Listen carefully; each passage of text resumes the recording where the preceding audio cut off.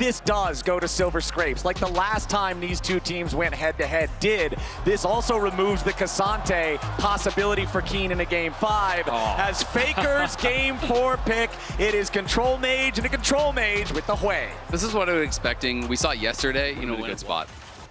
The bot lane, scrappy here early on, not as much as we saw in the previous game, but Canyon thinking about getting involved here in the mid lane. Two immobile control mages. Faker's got to try to run. The flash chomp from Canyon. Power Siphon sets it up. Canyon knocks it down. Remember also with King's Tribute, you get a nice surge of healing after you take down one of these large targets.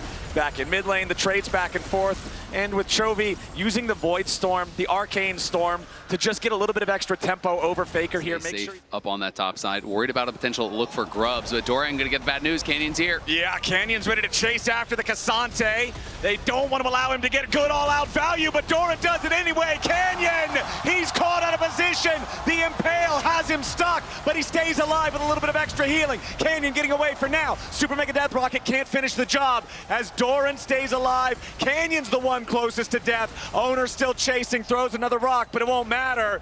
Maybe Keen feels confident. No, he's going to back away. These grubs will be conceded as T1 secures their first objective of the game. Nicely done there for T1. Getting the near kill on the jungler feels bad in the moment, but it feels good enough to get the objective as Owner's making his way into the top side. He stalls impact, slams Keen into the wall, and Doran with...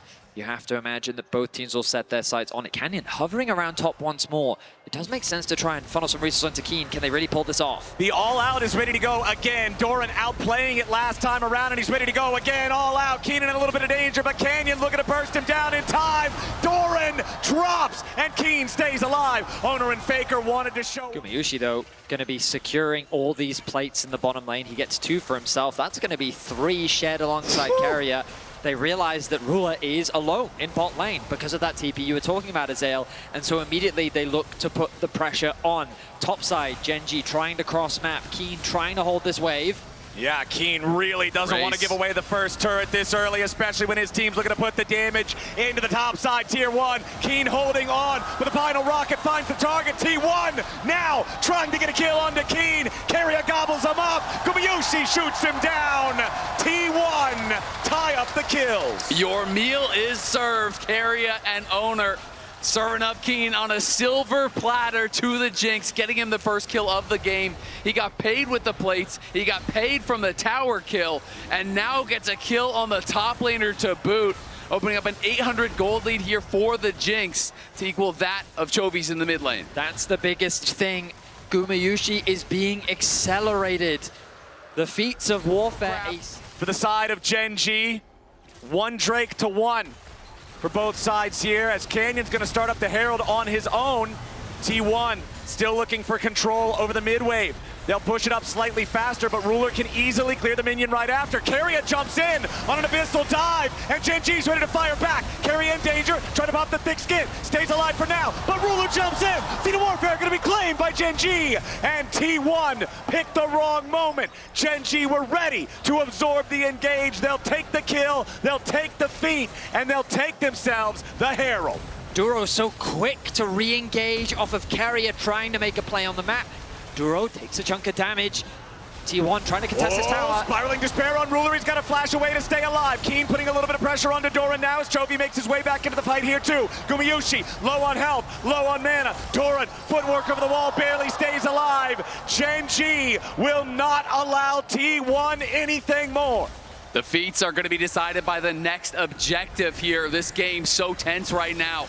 Herald summoned up here. Gen.G going to be able to likely knock this tower down, but T1 still staying around, seeing if there's any possibility to at least stop the Herald from charging again, and they should be able to accomplish that. Gen.G might just give it away. They're going to focus on the tier 2 in the top lane instead. They want to build the gold lead that will now 2,500. It will be the feats claimed by the side of T1. The Infernal Drake is theirs. Just being weak early as it stacks has kind of passed. The item will still have plenty of value once he gets all of those, and especially considering the last game. The 0 kills, 0 assists. Chovy's having a great time here now. A little more damage is all they need on Doran, but Keria gets him out alive. You can't say the same thing for the turret as Gen.G take another objective. It's 4 turrets to 1. T1 seeing if there's anything they can find after, but for Duro, it's an easy grand entrance back of the wall. Ruler slammed in. Owner goes for the impale, but there's no backup. T1 D. They really are an Owner there.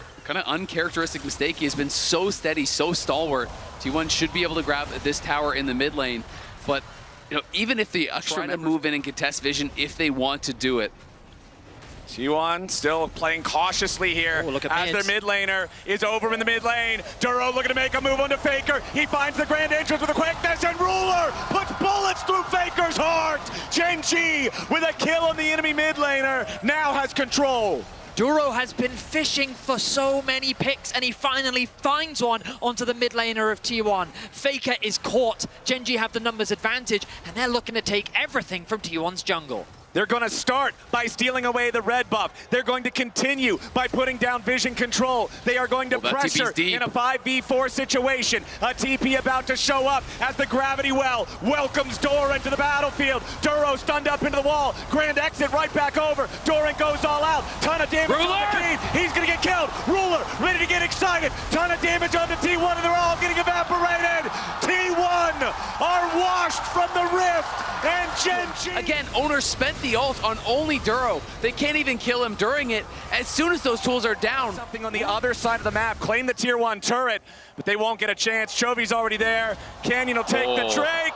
Super mega autos. Keen, the only man that's died on Gen.G, is still ahead. Nearly 2,000 gold over his counterpart. Gen.G will start the objective. T1 are going to see it there with the severing bolt over the wall. They're going to scramble to try to get into range, but immediately Faker is already targeted. Duro with a beautiful start to the fight. Nobody on T1 dead yet. As Owner over the wall looking to try to engage. Super Mega Death Rocket finds a target. Ruler's still alive, but Doran's going after him. The Baron down to 2,000. Chovy's already on a rampage. Guma dies.